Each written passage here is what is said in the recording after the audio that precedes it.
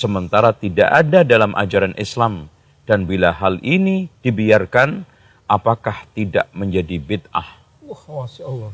Ini statement yang mungkin mengagetkan orang-orang yang selama ini mengagumi Wali Songo, yang hanya taunya dipahami mitos, dongeng, bahkan dikesankan wali itu hanya main gamelan, main wayang, persis yang dikatakan oleh Ahmad Mansur Suryanegara bahwa Wali Songo itu diceritakan atas nama Islam, tapi isi ajaran dan muatannya tetap Hindu-Buddha. Ustaz, ini buku antum Ustaz ya. Tapi Masya Allah Ustaz. Ini fakta baru Wali Songo Ustaz. Ya, betul. Ini Masya Allah. Ana benar-benar dapat ilmu pengetahuan yang baru tentang Wali Songo Ustaz. Iya. Jadi yang selama ini Ana yakin masyarakat juga berpikir bahwa Wali Songo yang selama ini mitos-mitos Wali Songo ini kok berbeda sekali Ustaz di buku ini Ustaz. Ya, betul. Jadi gini Ustaz. Akhirnya timbul, kalau Ana baca, nanti Ana minta penjelasan dari antum. Kalau Ana baca, ternyata Wali Songo itu anti bidah. Iya. Gimana Ustaz? Ini sangat-sangat menarik sekali buku antum ini. Iya. Masya Allah, Ana. Ya, betul. Bismillahirrahmanirrahim. Alhamdulillah wassalatu wassalamu ala Rasulillah wa ba'd. Buku ini saya tulis kurang lebih 10 tahun. 10 tahun? Iya, penelitian, komparasi dari beberapa buku, pustaka, terus kemudian arkeologi, ke situs-situs Wali Songo, termasuk juga ke beberapa tempat toko buku, baik yang loakan, buku-buku lama, sampai saya lanjutkan penelitian ke Malaka, menyimpulkan bahwa di sana ada fakta baru. Tunggu Ustaz, Malaka Ustaz? Iya, Malaka, Malaysia. Masya Allah, Masya Allah. Karena saya ke sana ingin mendapatkan data apa betul sunan-sunan ini, wali-wali ini pernah belajar ke sana. Ternyata saya temukan bukan hanya belajar ke Malaka, bukan hanya belajar ke Pasai seperti Sunan Bonang sama Sunan Giri, bahkan ke Mekah. Itu. Dari sinilah tidak mustahil, ya, sangat logis kalau mereka itu sangat kental keagamaannya, sangat kuat di dalam memegang prinsip Al-Quran dan Sunnah, dan pada akhirnya anti bid'ah. Contoh saja di dalam buku ini di halaman 77, pada suatu ketika ada dialog antara wali-wali. Di sana Sunan Kalijogo mengusulkan agar adat istiadat ini tidak ditentang, bahkan kita warnai. Apa katanya Sunan Ampel? Apakah tidak mengkhawatirkan di kemudian hari adat istiadat dianggap sebagai ajaran yang berasal dari agama Islam, sementara tidak ada dalam ajaran Islam, dan bila hal ini dibiarkan, apakah tidak menjadi bid'ah? Wah, Masya Allah. Ini statement yang mungkin mengagetkan orang-orang yang selama ini mengagumi Wali Songo, yang hanya taunya dipahami mitos, dongeng, bahkan dikesankan wali itu hanya main gamelan, main wayang, persis yang dikatakan oleh Ahmad Mansur Suryanegara bahwa Wali Songo itu diceritakan atas nama Islam, tapi isi ajaran dan muatannya tetap Hindu-Buddha. Nah, kemudian statement atau pertanyaan Sunan Ampel tersebut disangkal oleh Sunan Kudus, di mana beliau mengatakan, saya setuju dengan pendapat Sunan Kalijogo bahwa adat istiadat ini tidak langsung ditentang, karena orang Jawa nanti akan lari. Berarti di sini memang hanya pertimbangan fikih dakwah, bukan menyangkal kebenaran yang diusung oleh Sunan Ampel. Makanya beliau di akhir itu mengatakan, Sunan Kudus, adapun tentang kekhawatiran Kanjeng Sunan Ampel, saya mempunyai keyakinan bahwa di belakang hari akan ada orang yang menyempurnakannya. Ini. Nah, bukan hanya Sunan Ampel saja. Ternyata pendidikan Sunan Ampel ini cukup mendalam di dalam menanamkan cinta kepada Al-Quran dan Sunnah anti bid'ah. Bahkan ini mempengaruhi anaknya yang tidak lain adalah Maktum Ibrahim yang disebut oleh banyak orang Sunan Bonang. Di dalam kitabnya yang asli, otentik, dan dijamin insya Allah ini adalah tulisan asli Sunan Bonang, dan banyak sarjana-sarjana barat yang menjaminnya, dan dirilis oleh sarjana-sarjana Belanda, diantaranya adalah Kuning dan Srik, dengan judul Primbon 1 dan Primbon 2 Sunan Bonang, dan di dalam bahasa mereka disebut dengan Headbook van Bonang. Ya, di sana dikatakan di akhir daripada pernyataan Sunan Bonang bahwa dalam bahasa terjemahan Melayunya, ya, wahai kaum muslimin, kita ini sesama saudara. Salinglah tolong menolong di dalam mencegah perbuatan dolalah dan bid'ah. Tuh. Jadi bukan hanya Sunan Ampel saja, Sunan Bonang pun tegas di dalam masalah memerangi bid'ah dan anti bid'ah. Dan juga yang juga tidak kalah pentingnya Sunan Giri, yang pada waktu pertunjukan wayang kulit yang diusulkan oleh Sunan Kalijogo di Demak ditentang habis-habisan. Tidak bisa, karena wayang itu patung dan gamelan itu musik, dan nego punya nego, dan juga bentuk wayang dirubah tidak seperti patung. Pada akhirnya Sunan Giri juga mentolerir.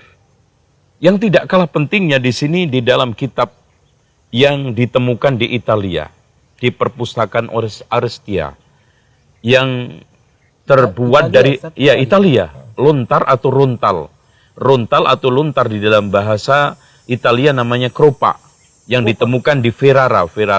Jadi perpustakaan Arestia itu adanya di Ferrara, Italia, sehingga disebut dengan kropa Ferrara. Ya, kropa Ferrara. Di dalam kitab itu kitab itu sebetulnya adalah hasil sarasehan, ya, yang merekam hasil sarasehan Wali Songo yang ketika itu diadakan di Giri Gedaton, di tempatnya Sunan Giri, yang dipimpin oleh Sunan Giri juga tahun Wawu bulan Ramadan dan hari Jumat, untuk membahas tentang ma'rifatnya Siti Jenar ini sesat atau tidak. Akhirnya disimpulkan dari majelis itu bahwa Siti Jenar adalah sesat, mengusung pemahaman yang jeleneh, yaitu manunggaling kawula Gusti atau wahdatul wujud.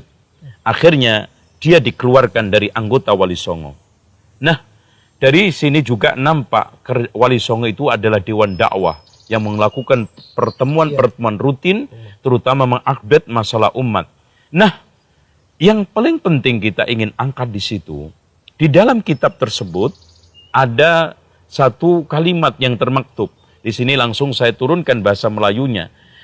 Jangan ragu dan jangan terkacaukan oleh pengetahuan yang sesat dan kafir, karena Rasulullah telah bersabda dalam hadis qudsi, besok jika telah mendekati hari akhir, yaitu hari kiamat, banyak para ulama dan orang soleh akan menjadi beku, maksudnya terasing.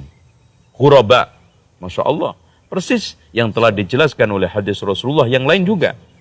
Mereka berganti dengan bid'ah yang berlebihan, yang merongrong agama Islam, banyak kata-katanya yang salah, sesat dan kufur.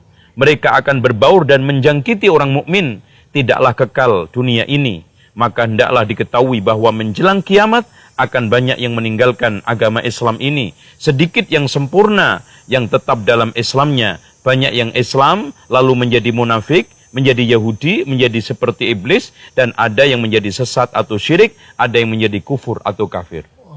Ini cukup gamblang dan tegas.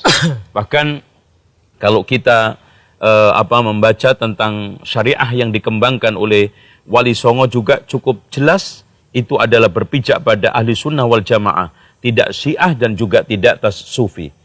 Bagaimana tingkah laku melaksanakan perintah Allah yang baik dan yang perlu, yang terkecuali bagi semua orang Islam, dari perbuatan lahiriah seperti sholat 5 waktu sehari semalam, puasa pada waktu bulan Ramadan, membayar zakat sesuai dengan kemampuan bagi yang punya uang, kalau toh disimpan ataupun dipakai sebagai modal harus dibayar zakatnya secara jujur dan jangan diselewengkan. Jangan berdagang dengan alat-alat musik sebab itu haram. Dan lakukanlah derma, sedekah, pergi haji, perang sabil, mandi jinabat, membaca Al-Quran, melaksanakan sholat, menjauhi perbuatan-perbuatan mesum, pergi ke masjid dan ikut berkumpul dengan orang-orang banyak untuk melaksanakan sholat Jumat. Ini nampak sekali mereka itu ahli sunnah wal jamaah. Jadi Ustaz, mitos, jadi afwan Ustaz. Iya, iya. Jadi mitos-mitos selama ini yang kita tahu kayak dia tongkat, taruh tongkat terus dia berapa hari gitu loh, sampai tidak berapa mandi, bulan. berapa Ada yang bulan. mengatakan sampai 2 tahun. Iya, itu tidak sholat, tidak apa gitu. Itu gimana? Itu berarti itu sekedar mitos atau gimana, Ustaz? Memang betul dari pernyataan para pakar sejarah Indonesia juga yang meneliti tentang Wali Songo, yang paling terkenal adalah Husain Jayadiningrat di dalam kitab Sejarah Banten, yaitu tinjauan kritis terhadap sejarah Banten. Dia menegaskan itu hanya rekayasa anak negeri untuk memahamkan, untuk mencocok-cocokkan nama Sunan Kalijogo itu. Kalijogo. Iya. Tapi realita jelas tidak ada. Bahkan di antara mereka banyak yang menyangkal juga itu hanya kiasan. Maksudnya tongkat adalah prinsip Islam yang harus dipegang. Maksudnya bertapa, dia harus tekun di dalam menjalani pembelajaran Islam kepada Sunan Bonang. Kan itu ceritanya Sunan Kalijogo berguru dengan Sunan Bonang. Kemudian Sunan Bonang berjalan di atas lautan. Itu maknanya dia itu jalan di atas sungai maksudnya. Tidak basah bahkan tidak tenggelam. Bahkan nampak seperti di jalan biasa di tanah.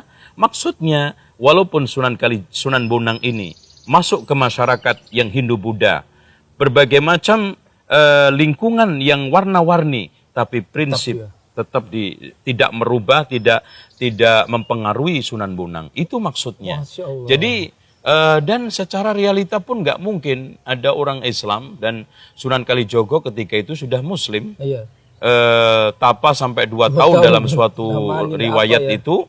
Berarti nggak sholat, nggak mandi, nggak ini, dan itu jelas ala Hindu Buddha, bukan ala Islam. Apalagi ditegaskan di dalam wejangannya Syekh Maulana Malik Ibrahim, yang namanya tapa di dalam Islam adalah sholat 5 waktu, membaca Al-Quran, iktikaf di masjid, dan berteman dengan orang soleh.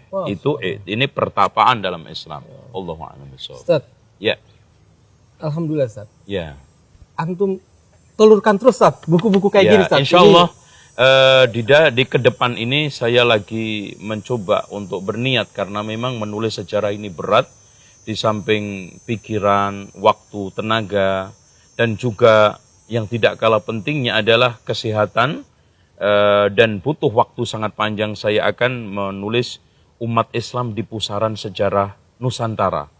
Ya, ini satu buku mungkin akan mencoba untuk menjelaskan api sejarah menurut istilah A.M. Suryanegara, bukan hanya abunya sejarah. Dan juga nanti kalau Allah kasih panjang umur, saya juga berpikiran ingin membuat satu buku jaringan ulama Timur Tengah Nusantara abad ke-18 sampai 15. Nah, kita ingin ungkap peran-peran para ulama seperti Surkati, seperti Ki Haji Ahmad Dahlan, seperti juga murid-muridnya, teman-temannya Imam Bonjol, yang terpengaruh dengan pemikiran murid-muridnya Syekh Muhammad bin Abdul Wahab. Nah, ini nanti insya Allah akan menjadi warna tersendiri di dalam sejarah kita. Bismillah. Iya, Ustaz. Dan mudah-mudahan anak berharap ini Ustaz dibaca sama banyak masyarakat Ustaz. Ya, karena ini fakta baru Ustaz. Betul. Fakta baru Wali Songo Ustaz. Ya, makanya saya pertama ada orang yang mencoba untuk menanyakan, kok berani membuat fakta baru. Ya. Apa yang baru? Dan ini betul-betul fakta baru Ustaz. Jadi baca fakta selama baru, ini wali itu dikesankan Hindu-Buddha, ternyata tidak. Wali ini dikesankan kayaknya tiap hari mainannya cuman gamelan wayang, ternyata tidak. Dan wali dikesankan sakti Mondroguno, ternyata manusia biasa. Masya Allah. Bahkan mereka adalah da'i-da'i, pedagang-pedagang, ahli sunnah wal jamaah, dengan berbagai macam kelebihan dan kekurangannya. Mereka itu manusia hebat yang mampu membuat jalan dakwah kita yang sekarang ini di Indonesia, terutama di Pulau Jawa dan di pulau-pulau yang lainnya. Iya. Wallahu a'lam. Barakallahu fiik, Ustaz. Wa iyyakum. Jazakumullah.